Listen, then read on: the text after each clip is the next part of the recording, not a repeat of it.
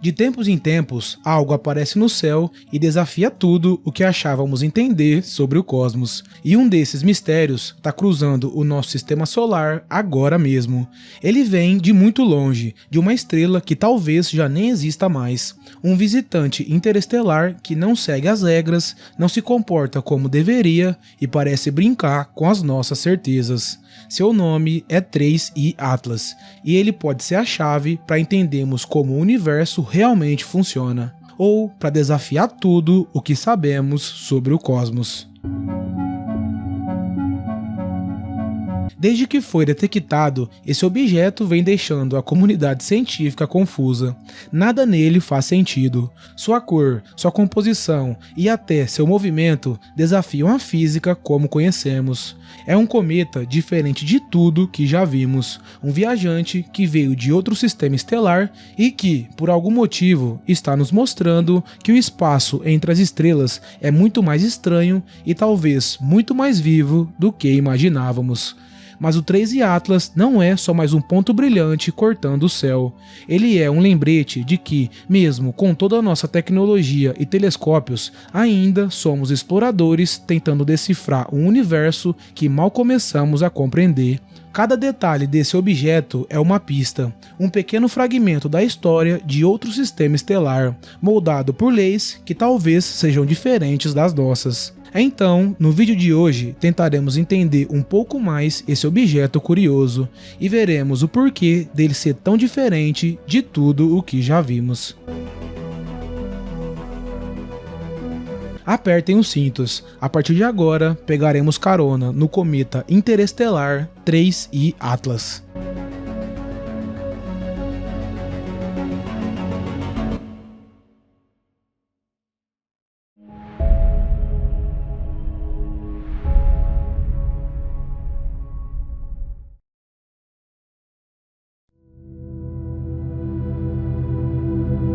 O espaço está repleto de mistérios, mas alguns têm o poder de virar o mundo da astronomia de cabeça para baixo. Foi assim com o Oumuamua, o primeiro objeto interestelar já detectado atravessando o nosso sistema solar. Um viajante vindo das estrelas que chegou sem aviso e partiu antes que pudéssemos entendê-lo.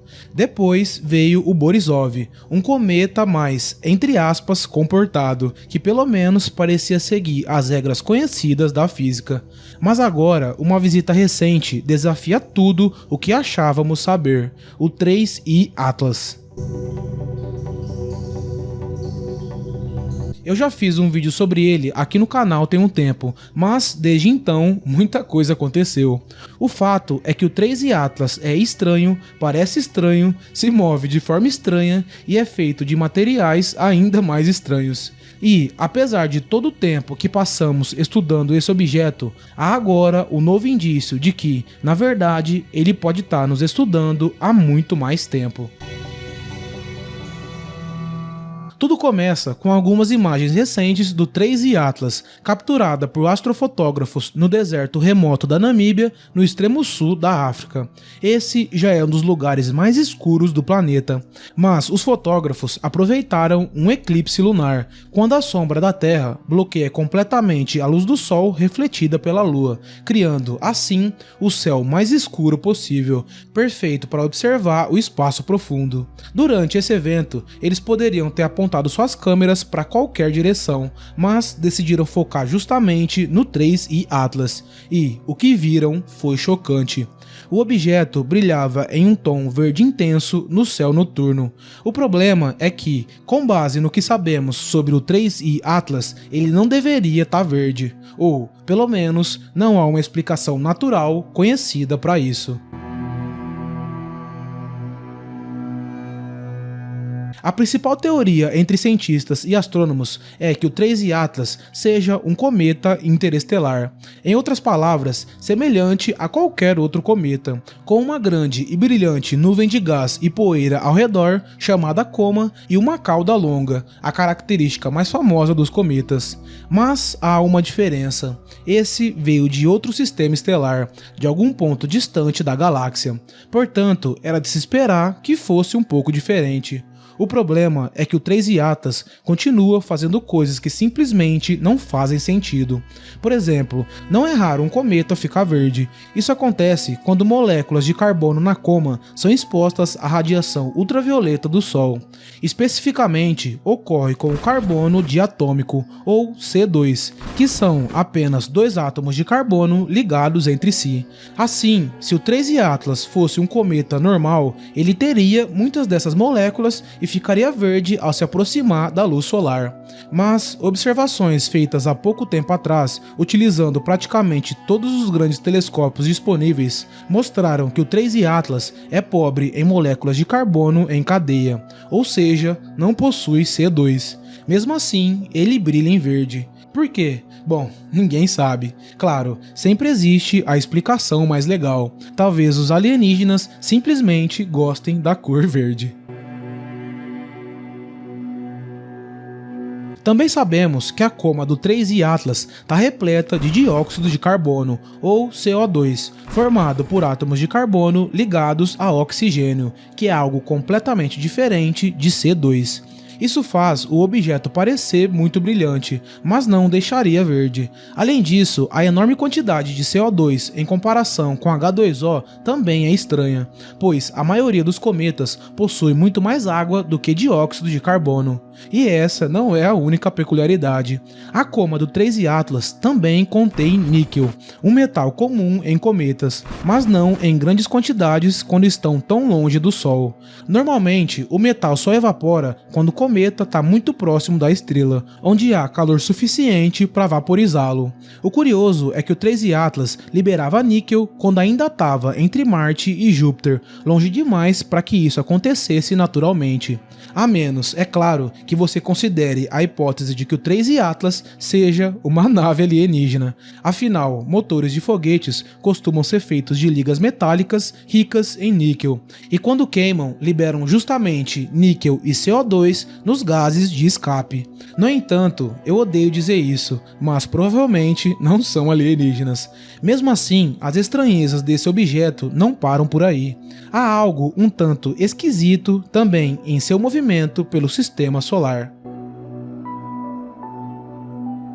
Durante todo o período em que foi observado, desde sua descoberta em maio até agora, em outubro, sua trajetória e velocidade permaneceram quase perfeitamente constantes. Não acelerou, não desacelerou, nem mudou de direção de forma significativa. E isso não é normal para um cometa, porque ao se aproximarem do Sol, aquecem e começam a sublimar, ou seja, passam direto do estado sólido para o gasoso, liberando jatos de gás que funcionam como pequenos propulsores naturais, alterando sua trajetória e velocidade. Esse fenômeno é chamado de aceleração não gravitacional, ou NGA na sigla em inglês. O 3I Atlas já mostrou sinais de sublimação, inclusive formando uma pequena cauda voltada para o Sol, que recentemente se alongou e passou a apontar na direção oposta. Mesmo assim, a variação média diária em sua velocidade e trajetória tem sido de apenas 1,5 km de NGA por dia, um valor surpreendentemente estável para algo que, aparentemente, não deveria se comportar assim. Vamos comparar o 3I Atlas com outro visitante interestelar, o 2I Borisov, o mais normal entre os três visitantes que tivemos recentemente. Esse carinha aqui apresentou variações de mais de 100 km por dia em sua aceleração não gravitacional, ou seja, cerca de 100 vezes mais movimento do que o Atlas. Uma explicação possível seria que o 3I Atlas é maior e, portanto, mais difícil de mover, o que faz sentido, mas podemos ir além e trazer outro ponto de comparação. O Hale-Bopp foi um dos maiores cometas já descobertos no nosso sistema solar, tão grande quanto o 3I Atlas, talvez até maior. Mesmo assim, o Hale-Bopp apresentava uma variação média de mais de 10 km de aceleração não gravitacional por dia, cerca de 10 vezes mais do que o Atlas. E, claro, ao famoso Oumuamua, que deixava todos esses números no chinelo. Em certos momentos, ele chegou a mudar de direção mais de 1000 km por dia. Então, mesmo em comparação com outros objetos interestelares, o 3I Atlas se move de forma anormalmente estável, tão estável que quase parece intencional, como se estivesse sendo guiado pelo sistema solar. Provavelmente há uma explicação natural para isso, mas para o pessoal que acredita que o cometa é uma nave sendo controlada, isso também não faz muito sentido, já que se ele fosse um veículo alienígena, poderia alterar seu curso a qualquer momento, o que não é o caso, já que mesmo variando pouco sua velocidade, ele ainda está mantendo sua trajetória.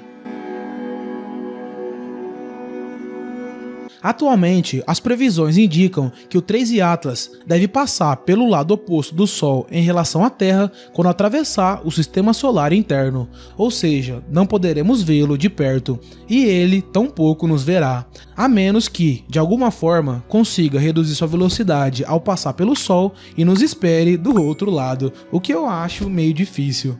Agora, se prepare para uma teoria maluca que, curiosamente, essa sim faz algum sentido.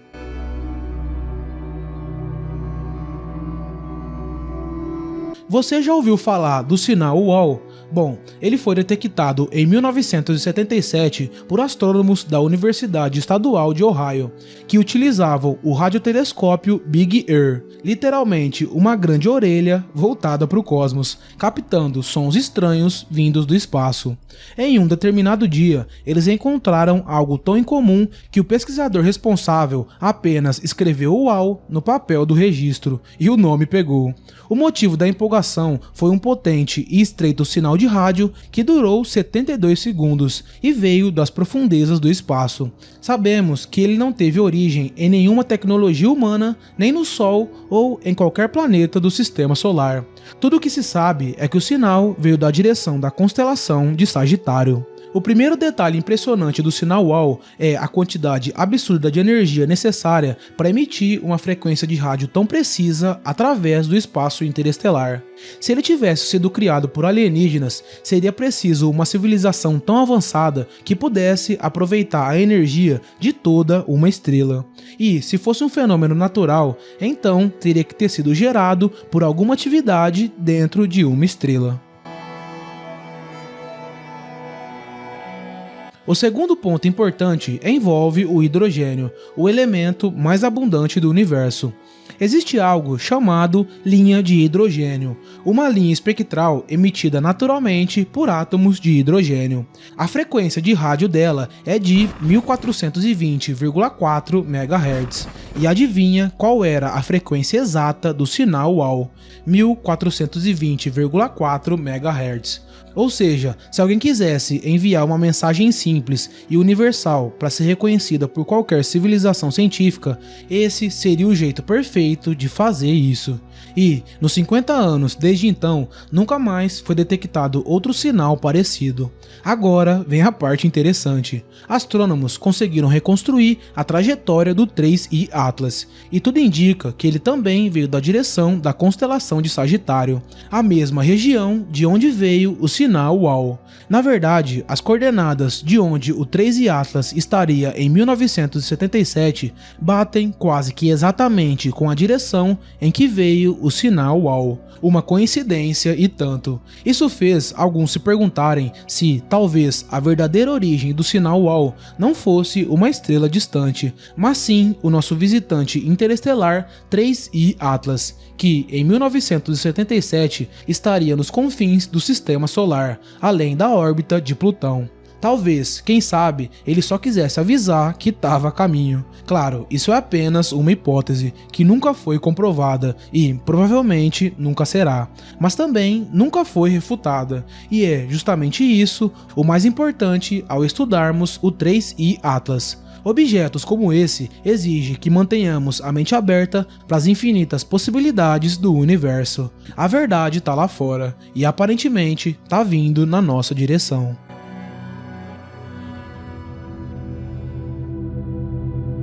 No fim das contas, a única coisa que temos certeza no momento é que o 3I Atlas é um cometa. Um visitante interestelar que carrega em si a história de outro sistema estelar, moldado por forças que mal compreendemos. Ele provavelmente não é uma nave, nem um sinal de vida inteligente, mas ainda assim é extraordinário. Cada detalhe estranho que observamos, sua cor, sua estabilidade, sua composição incomum, é um lembrete de que o universo é vasto demais para caber nas nossas expectativas. Mesmo fenômenos naturais podem parecer impossíveis quando vistos de longe. O 3i Atlas não veio nos trazer mensagens ocultas, mas veio nos lembrar do quanto ainda temos para descobrir, porque o verdadeiro mistério não tá em buscar alienígenas entre as estrelas, tá em compreender o que as próprias estrelas e seus viajantes têm a nos ensinar.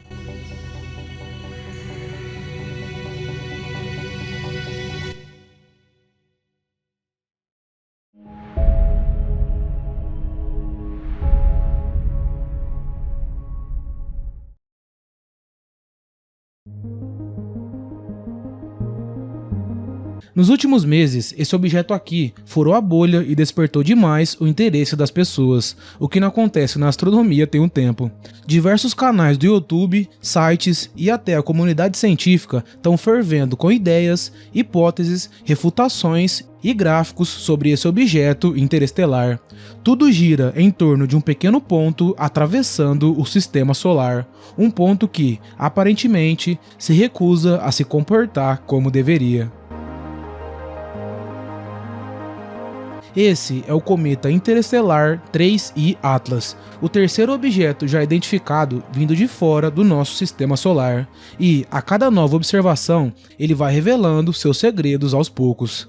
Há semanas, telescópios como o Hubble, o SPHERE-X, o James Webb e até o TESS, projetado para uma missão completamente diferente, estão observando esse objeto em todos os comprimentos de onda possíveis. E, quase sempre, os resultados retornam com pequenas, mas significativas discrepâncias, desvios sutis, porém consistentes, sugerindo que a história do 3i Atlas é mais complexa do que imaginávamos. Mas antes de começarmos, e para entender melhor a complexidade desse objeto, temos que voltar ao início.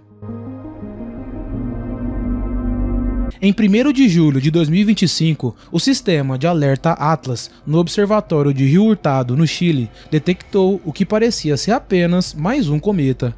Mas havia algo errado. Os cálculos orbitais mostraram que aquele objeto não orbitava o Sol. Ele vinha de fora, do espaço interestelar. Era apenas o terceiro visitante desse tipo já identificado. Depois do Oumuamua, em 2017, o misterioso objeto em formato de charuto e do 2i Borisov, em 2019. Mas logo surgiu a primeira estranheza.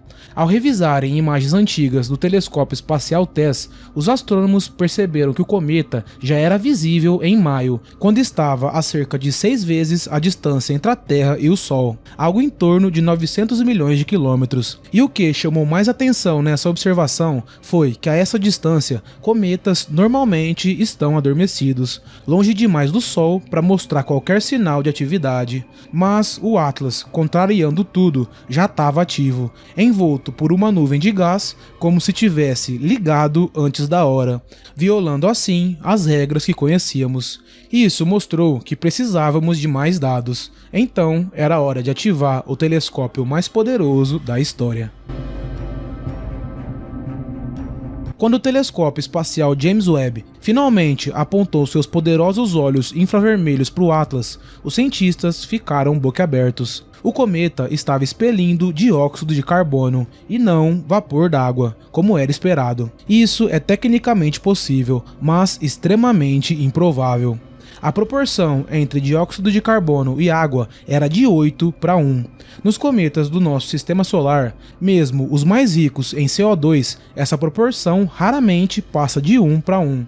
Era como se o Atlas tivesse vindo de um lugar onde as regras da química cometária são completamente diferentes. Os cientistas começaram a se perguntar em que tipo de sistema estelar esse objeto se formou.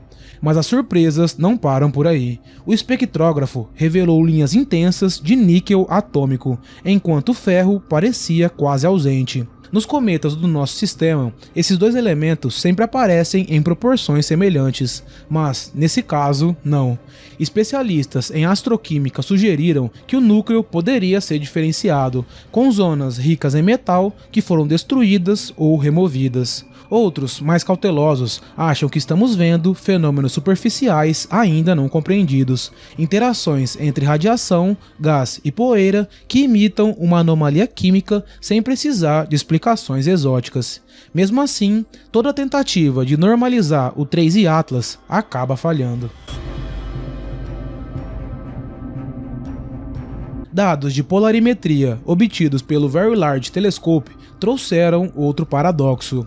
A luz refletida exibiu uma polarização negativa profunda, com inversão a 17 graus, uma combinação jamais vista em qualquer outro cometa.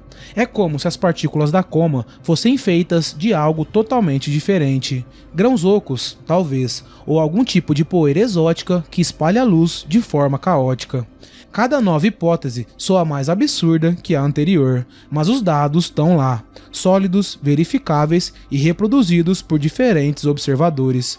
Toda essa dinâmica bizarra deu brecha para diversas teorias um tanto exóticas, eu diria, mas tudo foi levado ao extremo quando uma equipe de Harvard, liderada pelo astrônomo Avi Loeb, famoso por suas ideias provocativas sobre vida extraterrestre, decidiu colocar os números na mesa.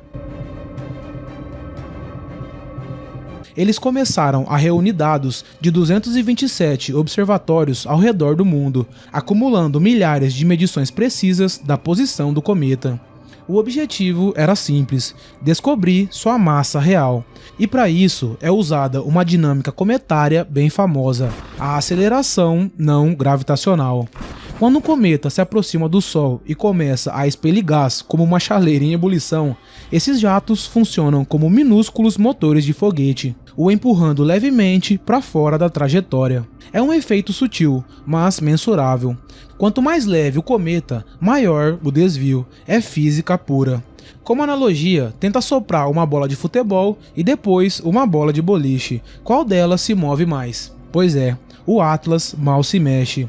Mesmo perdendo cerca de 150 kg de material por segundo, o equivalente a um carro pequeno evaporando a cada minuto, sua trajetória permanece praticamente inalterada.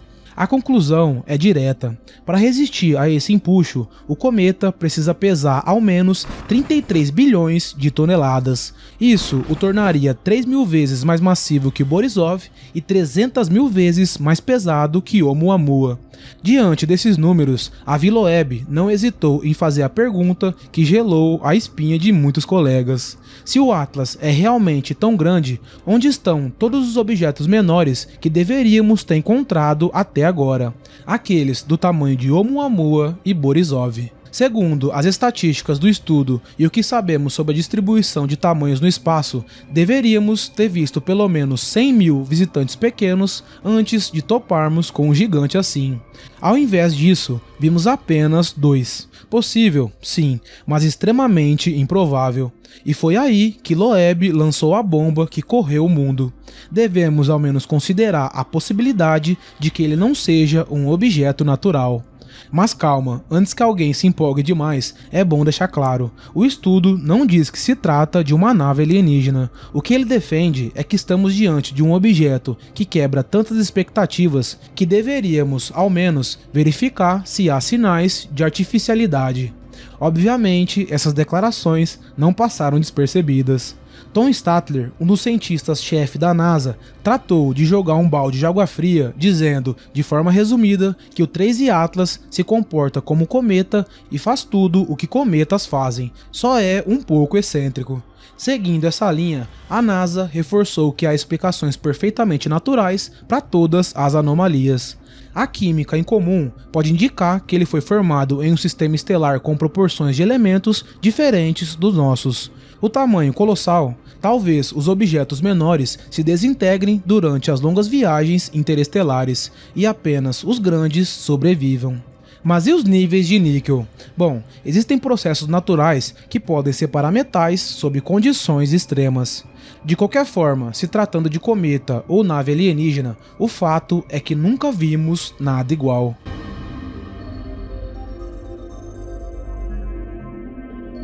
Eu sei que tudo o que envolve esse objeto é meio confuso, mas vamos tentar organizar esse quebra-cabeça com base nos últimos dados apresentados. Há 3 anomalias realmente substanciais que tornam o 3i Atlas genuinamente estranho, além de algumas peculiaridades menores que reforçam o mistério.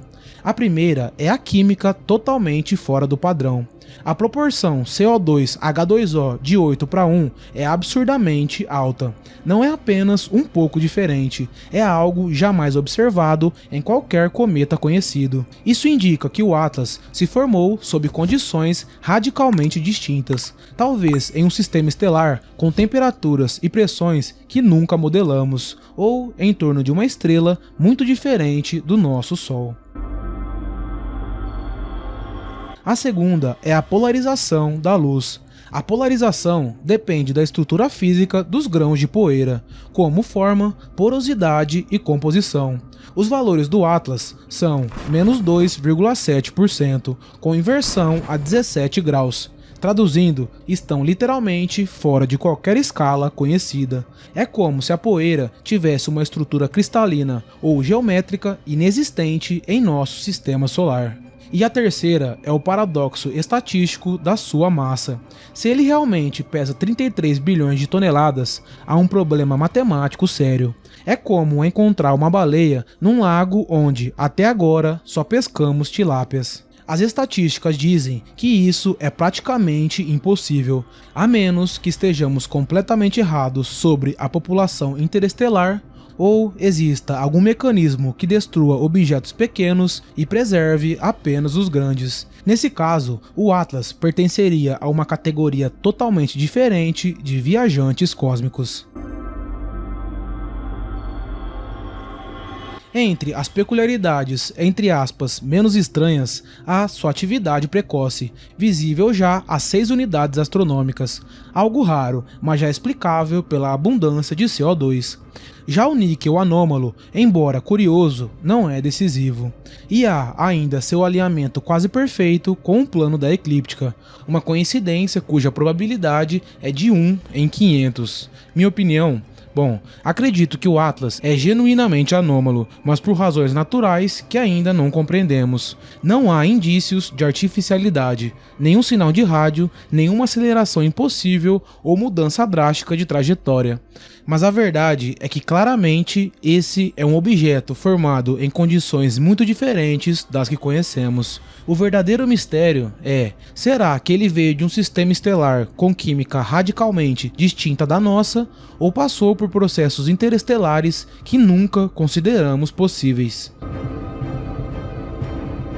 O fascinante é que o Atlas desafia 3 campos inteiros da ciência ao mesmo tempo: a química cometária, a física da poeira cósmica e os modelos populacionais de objetos interestelares. Quando um único corpo celeste causa problemas em tantas áreas diferentes, é sinal de que há algo realmente importante que ainda não entendemos. O Atlas pode ser uma espécie de ornitorrinco dos cometas, algo perfeitamente natural, mas que simplesmente nunca havíamos imaginado que pudesse existir. A essa altura, você pode estar se perguntando: por que tanto alarde por causa de uma pedra congelada no espaço? A resposta é que o Atlas está nos obrigando a encarar os limites do nosso próprio conhecimento. Cada anomalia que ele apresenta é como uma rachadura no muro das nossas certezas científicas. Se for um objeto natural, ele está nos mostrando que o universo lá fora é muito mais diverso e estranho do que pensávamos. Que existem processos de formação planetária e cometária que jamais consideramos, e que a química cósmica pode criar corpos que desafiam todas as nossas expectativas. Mas se, por outro lado, e enfatizo, se o Atlas não for natural, então estaríamos diante da descoberta mais importante da história da humanidade. A prova de que não estamos sozinhos, de que em algum lugar há uma civilização capaz de construir objetos que viajam entre as estrelas. Só não sei se isso seria motivo de fascinação ou pânico. Mas e quanto ao futuro? O que acontece agora? Bom, enquanto eu escrevo esse roteiro, o Atlas segue silenciosamente em direção ao Sol, cumprindo seu encontro inevitável com a estrela que domina o nosso sistema. Em poucas semanas, ele desaparecerá atrás do Sol para depois ressurgir em dezembro, já em rota de fuga, voltando ao infinito interestelar de onde veio. Teremos apenas alguns meses para estudar esse enigma cósmico antes que se torne fraco demais para os nossos instrumentos.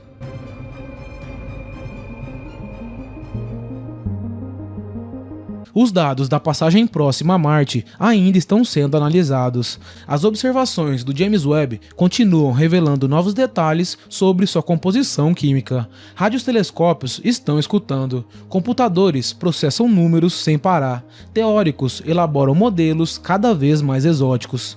Talvez, em alguns meses, surja uma explicação natural e coerente para todas as anomalias.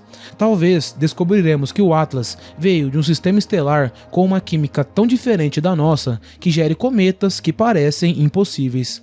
Ou talvez percebamos que nossos modelos sobre a população interestelar estavam simplesmente errados.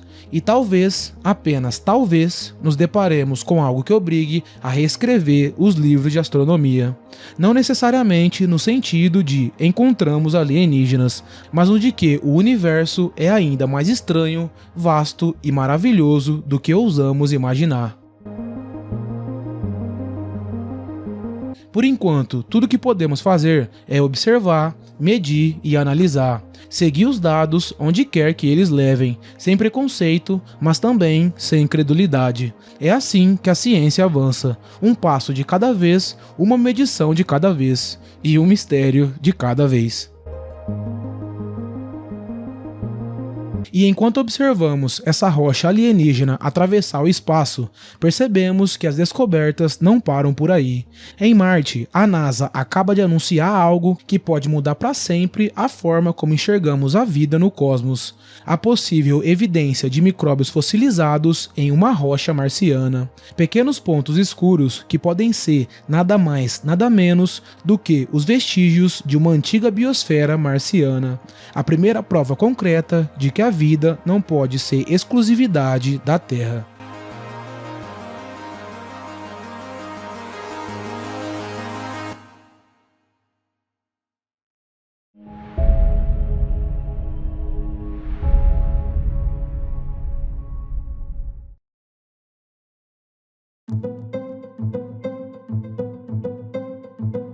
Esse é um pedaço de rocha em Marte. E o que tem de mais nisso? Bom, se você olhar bem no centro, nesses pontos escuros, vai ver o que pode ser o vestígio de uma antiga forma de vida marciana, ou, pelo menos, é isso que provavelmente está diante dos seus olhos. Essa foi a revelação feita pela NASA em setembro de 2025. Esse pode muito bem ser o sinal mais claro de vida que já encontramos em Marte, preservada dentro de uma amostra coletada pelo rover Perseverance.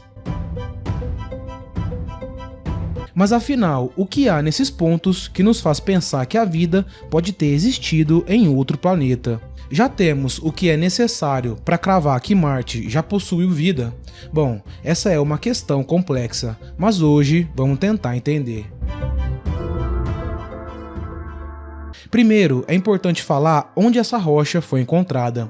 O local é a cratera Jezero, escolhida pela NASA como ponto de pouso do Perseverance, o rover mais avançado já enviado ao planeta vermelho. O motivo da escolha não foi por acaso. Acredita-se que, bilhões de anos atrás, essa enorme bacia circular tenha sido preenchida por água líquida. A principal evidência disso é a abertura em sua borda, onde fica claro que um rio descia das terras altas vizinhas e desaguava dentro da cratera.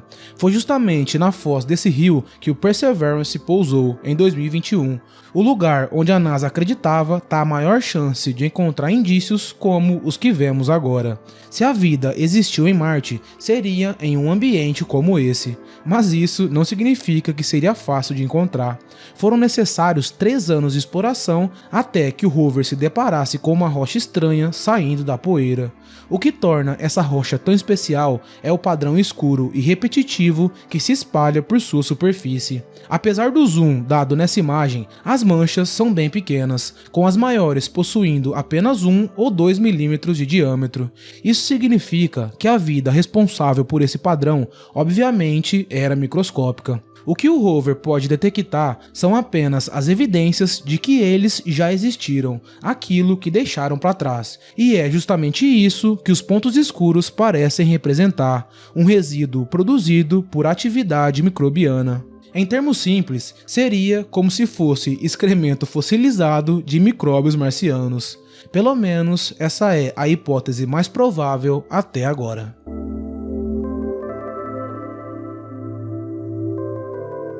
A primeira reação da NASA ao notar esse padrão misterioso foi acionar o braço robótico do rover para usar todos os instrumentos científicos disponíveis e investigar. As primeiras análises mostraram que se trata de uma rocha sedimentar, formada lentamente ao longo de milhões de anos à medida que o rio depositava minerais no leito. Com o tempo, esses sedimentos foram se compactando sobre o próprio peso e, depois que o rio secou, a lama endureceu em pedra. Na Terra, rochas sedimentares costumam preservar fósseis, pois restos de plantas e animais ficam aprisionados nas camadas e acabam fossilizados. O detalhe intrigante desse ponto em Marte é que as rochas sedimentares ali são algumas das mais jovens já encontradas pela NASA, com cerca de 3 bilhões de anos. Isso amplia a janela de tempo em que Marte poderia ter sido habitável. Se confirmado, significa que a vida existia tanto na Terra quanto em Marte ao mesmo tempo, se desenvolvendo de formas semelhantes. Mas só é possível ter certeza avançando nas investigações. Isso pode ser visto em uma das selfies tiradas pelo Perseverance em julho de 2024, em que os cientistas já sabiam que aquele seria um momento marcante. No centro da imagem está a rocha, com um pequeno círculo branco indicando o local onde o rover perfurou e extraiu uma amostra, material que, no futuro, pode ser trazido à Terra para estudos mais detalhados. Confirmando a existência de vida ou não, os resultados obtidos em Marte já surpreenderam os cientistas. Isso porque o rover identificou 2 minerais ricos em ferro dentro das manchas escuras, vivianita e greigita. Esses minerais também aparecem em padrões semelhantes na Terra e, quando isso acontece, quase sempre estão associados à atividade de micro-organismos. Especificamente, são formados pela ação de bactérias que se alimentam de matéria orgânica em decomposição. Ao consumir esse material, produzem minerais ricos em ferro como subproduto, o que poderíamos chamar, em termos bem simples, de cocô de micróbio. Vale lembrar que, quando falamos que se alimentavam de matéria em decomposição, não significa que seria necessário um animal morto para sustentar esses micróbios. Tudo o que eles precisariam são os blocos básicos que compõem a vida. É disso que essas bactérias se alimentam, e isso é o que chamamos de matéria orgânica.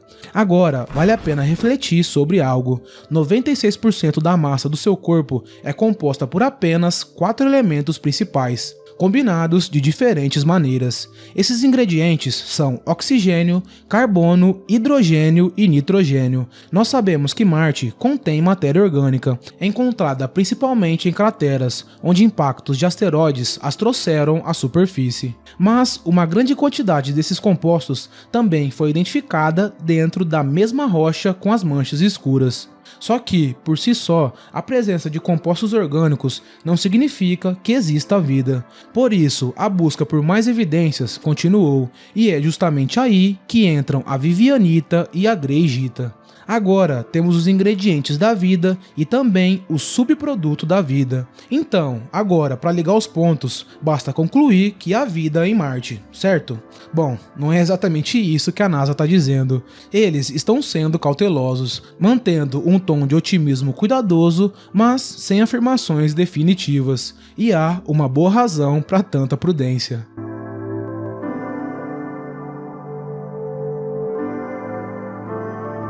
Um exemplo disso aconteceu em 1996, quando o presidente americano Bill Clinton anunciou ao mundo a descoberta do que parecia ser um fóssil de vida dentro de um asteroide que se desprendeu de Marte e caiu na Antártida. O que encontraram realmente lembrava um pequeno verme, mas em análises mais detalhadas concluiu-se que não passava de um processo não biológico, apenas água interagindo com a rocha e criando uma estrutura semelhante a um verme. Ou seja, anunciar a descoberta de alienígenas fossilizados e depois descobrir que era só uma pedra estranha não é exatamente algo positivo para a credibilidade científica. Algo parecido também já havia acontecido 20 anos antes, durante as missões Viking de 1976, a primeira vez que os Estados Unidos pousaram sondas em Marte. Naquela época, os cientistas estavam ansiosos para encontrar sinais de vida marciana. Um dos experimentos consistia em recolher uma pequena amostra do solo marciano e injetar nela uma mistura de água com nutrientes. A ideia era simples: se houvesse micróbios vivos, eles beberiam a água, consumiriam os nutrientes e produziriam um subproduto, algo parecido com o teste que fizeram agora. Nesse caso, a NASA buscava especificamente a liberação de CO2, e foi exatamente isso o que aconteceu. Após a adição da solução nutritiva, a amostra emitiu CO2, o que parecia indicar atividade biológica. Por um breve momento, acreditou-se que a vida extraterrestre havia sido confirmada, mas a comemoração durou pouco. Embora a biologia alienígena fosse uma explicação, não era a única. Várias reações químicas também podem gerar CO2, como quando misturamos vinagre com bicarbonato de sódio. Como você sabe, nada disso envolve vida, quer dizer, só na pessoa que está misturando mesmo. Além disso, nenhuma matéria orgânica foi encontrada nas amostras coletadas pelas sondas Viking, o que indicava que os ingredientes da vida nem estavam presentes. No fim, tudo o que havia era um pouco de gás carbônico, e o experimento acabou sendo considerado inconclusivo. Foi nesse contexto que o astrônomo Carl Sagan cunhou uma frase que se tornaria marcante em sua série Cosmos, na década de 80. Afirmativas extraordinárias exigem evidências extraordinárias. E é exatamente essa a linha seguida pela NASA diante da nova descoberta em Marte. Desde que as manchas escuras foram identificadas, cientistas do mundo todo têm se empenhado em provar que não se trata de um indício de vida alienígena. Basta observar quantos nomes aparecem no artigo científico publicado sobre o assunto. E não tem nada de ruim nisso, pelo contrário, é ótimo. Se as evidências resistirem à negação mais rigorosa e nenhuma outra explicação plausível surgir, então talvez possamos considerá-las de fato extraordinárias. E é justamente aí que estamos agora. Restam apenas duas explicações alternativas possíveis para as manchas e que não envolvem vida. A primeira é uma reação de alta temperatura. Os padrões escuros poderiam ter se formado quando a água extremamente quente, entre 150 e 200 graus Celsius, interagiu com a rocha bilhões de anos atrás. O problema é que a superfície de Marte é fria e não há indícios de que esse leito de rio tenha sido exposto a calor intenso em nenhum momento. Além disso, sabemos que a Vivianita, em particular, só pode se formar em baixas temperaturas. Ela teria sido destruída pelo calor, caso ele realmente tivesse existido. Portanto, essa hipótese provavelmente não aconteceu. A segunda explicação é a reação com água ácida, sugerindo que as manchas possam ter se formado após uma longa exposição a um líquido extremamente ácido, mas não há nenhuma outra evidência na rocha indicando que ela já esteve coberta por ácido. Na verdade, foi descoberto no mesmo local um mineral chamado olivina, que não pode se formar em ambientes ácidos. Isso praticamente descarta essa possibilidade também. E, assim, restam os micróbios alienígenas. Nesse caso, é a única teoria que ainda não pode ser refutada. Pelo processo de eliminação, acaba sendo a hipótese mais provável de estar correta. O que significa que, pela primeira vez, podemos dizer com confiança que provavelmente houve vida em Marte. E isso é algo impressionante. Significa que a vida não é exclusiva da Terra. Não é necessário um conjunto extremamente raro de circunstâncias para que ela surja. Tudo o que se precisa são os ingredientes básicos, essencialmente água líquida e matéria orgânica. E se isso se confirmar, basicamente em qualquer lugar do universo onde encontrarmos esses elementos, claro, também encontraremos vida. Mas, infelizmente, ainda não podemos afirmar isso com 100% de certeza. A evidência não está completa. Os instrumentos a bordo do Perseverance têm suas limitações. Esse laboratório móvel marciano de 2,4 bilhões de dólares pode fazer muita coisa, mas não pode fazer tudo. Existem inúmeros testes que poderíamos realizar nas manchas escuras se tivéssemos o material em mãos aqui na Terra, só que não temos, e pode levar muito tempo até que isso aconteça, se é que vai acontecer. Até agora, o Perseverance já coletou 27 amostras de rochas do interior da cratera Jezero e de seus antigos leitos de rios. Ele as extrai e armazena em tubos metálicos deixados na superfície do planeta. O plano sempre foi que outro rover, em uma missão futura, recolhesse esses tubos, os colocasse em um veículo de retorno e, então, fosse lançado de Marte em direção à Terra. O problema é que a missão de retorno de amostras marcianas é cara e complexa. E, no momento, o governo dos Estados Unidos não quer arcar com os custos. A preferência é que outra nação ou empresa privada faça isso, apesar da NASA ter mais experiência em pousos em Marte do que qualquer outra organização, sendo que, até hoje, apenas a China também conseguiu pousar com sucesso no planeta.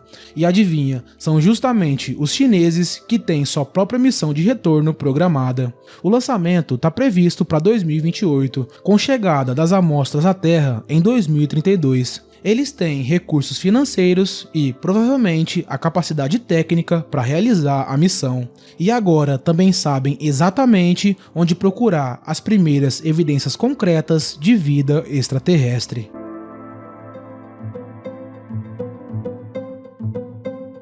Tá bom, agora vamos ser realistas. Em teoria, não deveria importar quem vai descobrir, certo? Afinal, trata-se de ciência. Mas, na prática, importa um pouco. Estamos falando de uma ciência capaz de mudar tudo o que pensávamos sobre a vida e o universo. E a NASA se encontra tão perto, mas, ao mesmo tempo, tão distante. O mais importante é lembrar que nada disso é impossível. O dinheiro existe, só precisamos da vontade coletiva de investir em um projeto que será difícil, que pode falhar e cujo prazo ultrapassa o ciclo político de 4 anos. Talvez, justamente agora, uma descoberta como essa, a primeira evidência real de vida extraterrestre, seja o que precisamos para lembrar os líderes de que a ciência da NASA é fundamental e de que vale a pena investir nela. De um jeito ou de outro, a verdade está lá fora, só precisamos ir atrás dela. E enquanto olhamos para o passado de Marte, nossos olhos também se voltam para o futuro, para um destino ainda mais distante, Titã, a maior lua de Saturno. Lá, a NASA se prepara para enviar o Dragonfly, um helicóptero nuclear que vai voar por um mundo envolto em névoa, sobre lagos de metano e dunas geladas, em busca dos ingredientes da vida. Se der certo, será a primeira vez que uma nave voará em um mundo do sistema solar externo, revelando o que se esconde sob as nuvens alaranjadas desse misterioso satélite.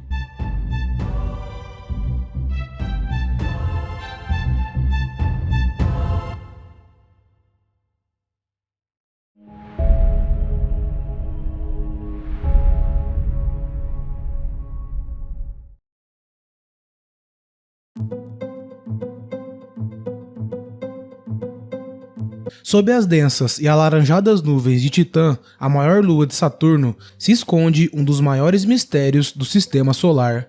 Ali existe um mundo muito parecido com o nosso, algo estranhamente familiar, mas ao mesmo tempo completamente alienígena e incompreensível.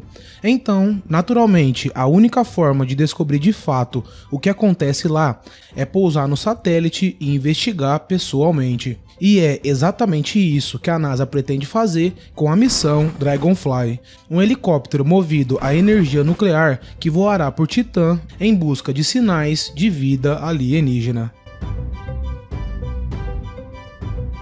Durante décadas, nossa única janela para Titã foi a sonda Cassini e seu módulo de pouso Huygens, que desbravou a névoa, flutuou sobre rios congelados e nos enviou imagens que desafiam a imaginação. Mas agora estamos prestes a dar o próximo grande passo, e dessa vez não apenas pousaremos em Titã. O Dragonfly voará e explorará seus vales, dunas e solos gelados, em busca de sinais de vida e segredos que podem reescrever o que sabemos sobre mundos distantes, a formação do sistema solar e a própria vida. Mas o que será que a Dragonfly encontrará? Composição orgânica? Água subterrânea, pistas de processos químicos que lembram a Terra primitiva ou algo totalmente inesperado. O que sabemos hoje sobre Titã já é impressionante. Essa é a única lua do sistema solar com atmosfera. E não vai pensando que é qualquer atmosfera. Essa é muito densa, 4 vezes mais densa que a da Terra, para se ter uma noção. Assim como o nosso planeta, a maior parte da atmosfera de Titã é composta por nitrogênio. Mas, diferente da Terra, onde respiramos oxigênio, o ar de Titã é carregado de metano, que aqui também conhecemos como gás natural.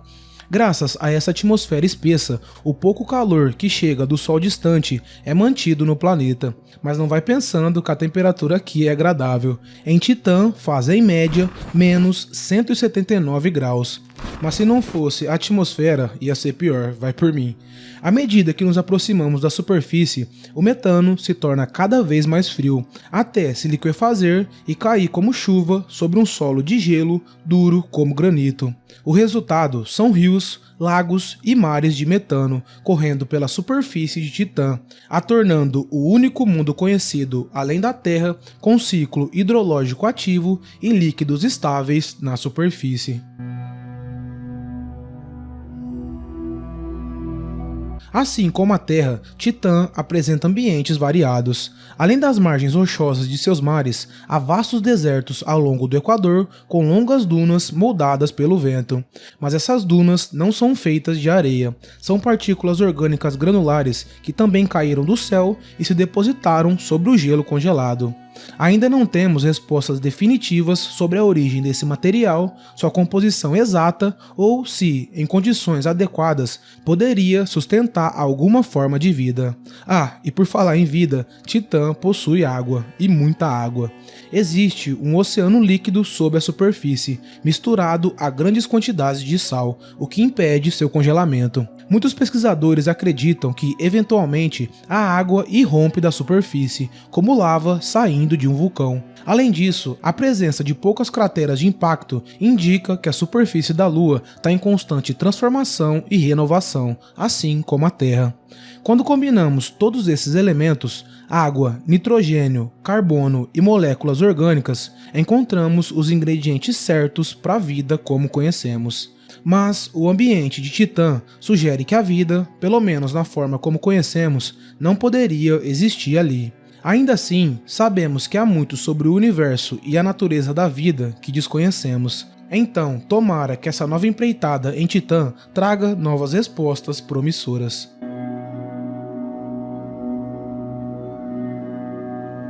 Essa não será a nossa primeira visita a essa remota lua de Saturno. Tudo que conhecemos sobre Titã veio da sonda Cassini, lançada em 1997, que estudou o sistema planetário a partir da órbita por muitos anos. Cassini também carregava um equipamento especial, um módulo de pouso chamado Huygens, em homenagem ao astrônomo holandês que descobriu Titã. Devido à espessa névoa que envolve toda a Lua, é impossível estudar Titã à distância. É preciso se aproximar. Então, Cassini liberou a Huygens, que começou a descer na atmosfera não apenas densa, mas também muito alta. Antes, pensava-se que Titã fosse muito maior do que realmente é, daí o nome. Mas, com a missão, descobrimos que o tamanho aparente é ampliado pela espessa atmosfera. Após abrir o paraquedas, Huygens passou 2 horas e meia flutuando até a superfície, capturando diversas imagens até finalmente romper a névoa densa da Lua. Mas é importante lembrar, essas fotos foram feitas com uma câmera digital dos anos 90 e transmitidas em tempo real para a Terra, a mais de 1 bilhão de quilômetros de distância, usando a Cassini como retransmissor. A qualidade não é perfeita, mas é possível ver penhascos de gelo esculpidos por rios e córregos de metano líquido. A Huygens pousou no leito arenoso de um rio seco. A última coisa que registrou antes de desligar foram pedras lisas e arredondadas pela erosão, assim como os seixos de um rio na Terra. Mas, por mais que pareça, não se tratava de rochas, e sim de gelo sólido. É claro que precisamos retornar à superfície de Titã para descobrir mais. Por isso, a NASA desenvolveu a Dragonfly. Esse robô não se parece com nenhum outro que já vimos.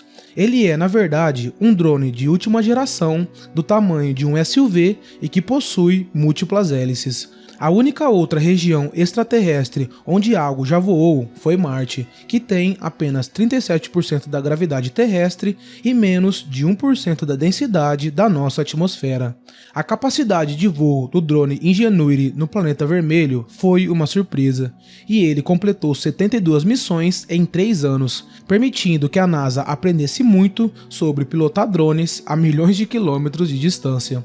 Todo esse conhecimento está sendo transferido para o Dragonfly, mas agora em escala maior, o que exige uma fonte de energia mais potente. Enquanto o Ingenuity obtinha energia de um pequeno painel solar, o Dragonfly vai estar longe demais do Sol e coberto por nuvens densas, tornando necessário o uso de energia nuclear, a mesma que a NASA já utiliza nos rovers atuais em Marte.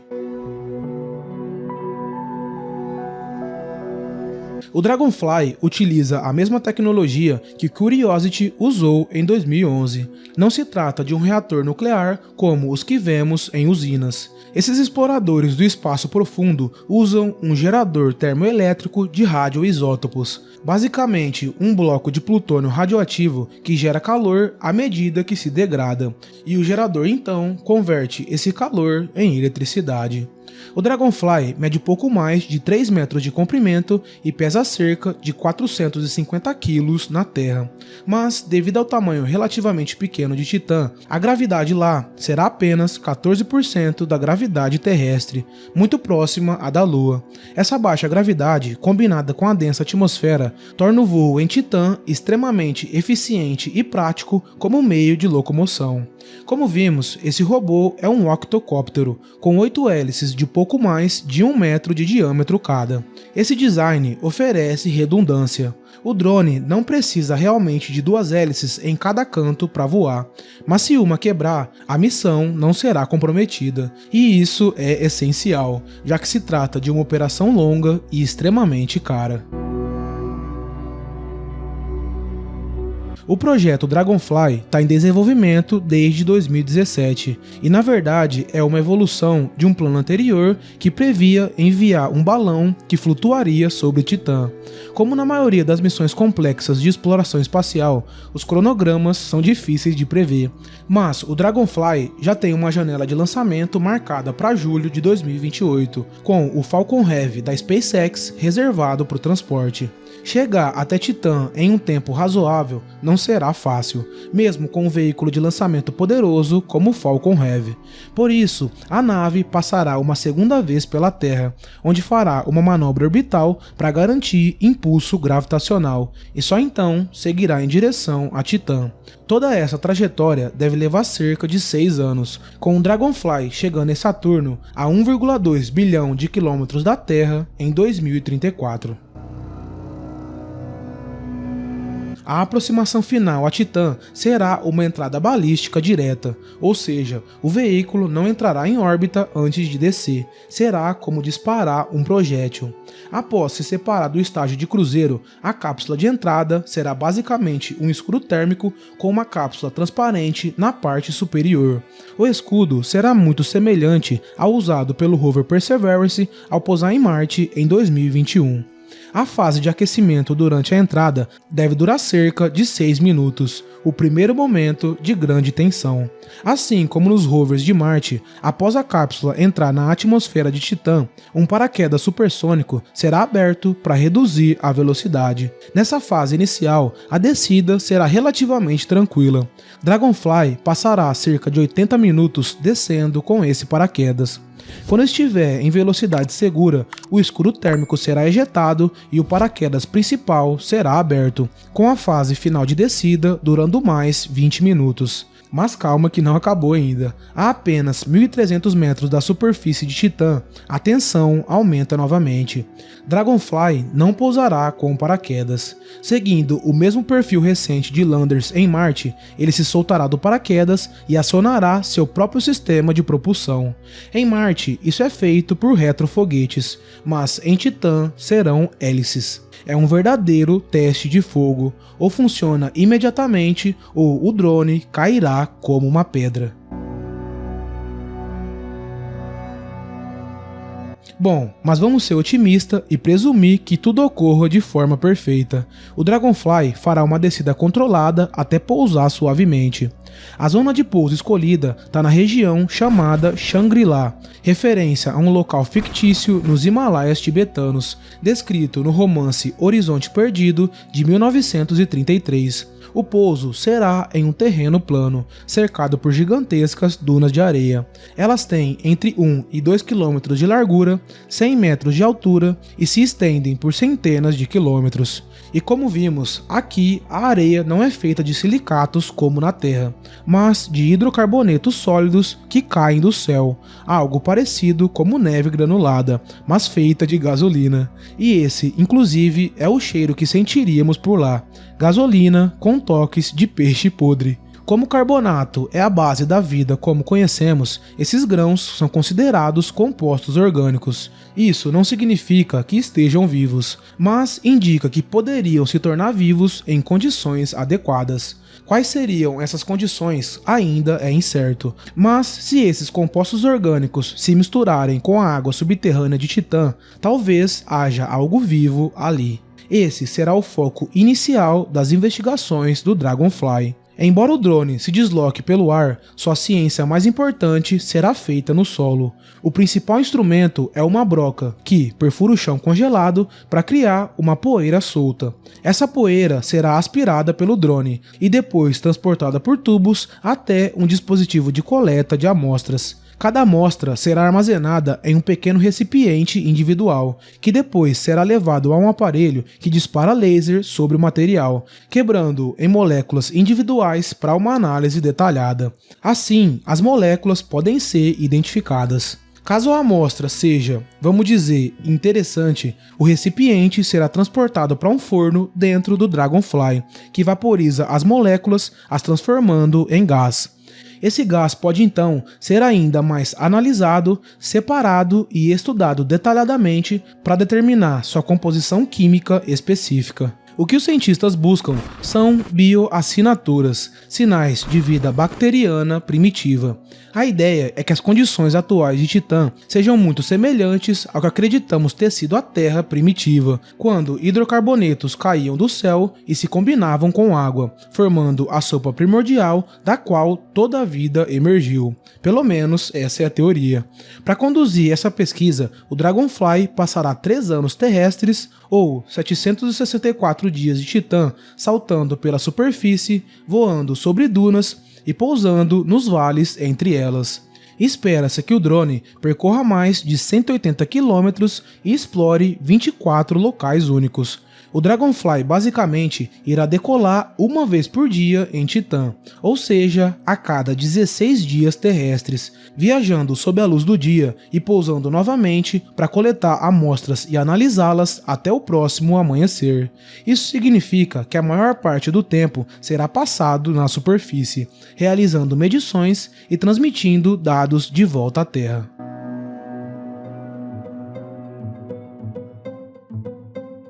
Enquanto a missão começa entre as dunas do deserto, seus últimos dias serão dedicados a investigar uma grande cratera conhecida como Silk, onde se acredita que compostos orgânicos tenham se misturado com água líquida após o impacto de asteroide que rompeu a camada de gelo. O único local de interesse que o Dragonfly não visitará são os mares de metano. Na verdade, é improvável que o drone encontre qualquer líquido superficial, e isso pode parecer decepcionante, mas há uma boa razão para isso. Acredita-se que, em algum momento, grandes partes de Titã eram cobertas por rios e lagos, mas ao longo de bilhões de anos, os líquidos recuaram quase completamente para o polo norte da Lua. Para encontrá-los, teríamos que ir até lá e, infelizmente, pousar nas regiões polares de um planeta ou lua é uma das operações mais difíceis que se pode realizar. Ainda temos dificuldades para pousar no Polo Sul da nossa própria Lua. Tentar a mesma operação a 1 bilhão de quilômetros de distância em Titã seria um risco enorme. Por isso, a solução mais simples é pousar no Equador. E em uma missão dessa escala, simplicidade é a chave do sucesso, ainda mais levando em consideração todo o dinheiro em jogo. Além disso, Titã não vai a lugar algum. Não precisamos realizar toda a ciência de uma vez. Daqui a uma década, quem sabe o que cientistas e engenheiros poderão conquistar. Teremos novas tecnologias, foguetes mais avançados e mais capacidade para enviar máquinas mais incríveis ao sistema solar externo e descobrir coisas que hoje nem imaginamos. Mas o Dragonfly já representa um passo incrível para expandir nosso alcance muito além da Terra, e suas descobertas prometem serem incríveis e fascinantes.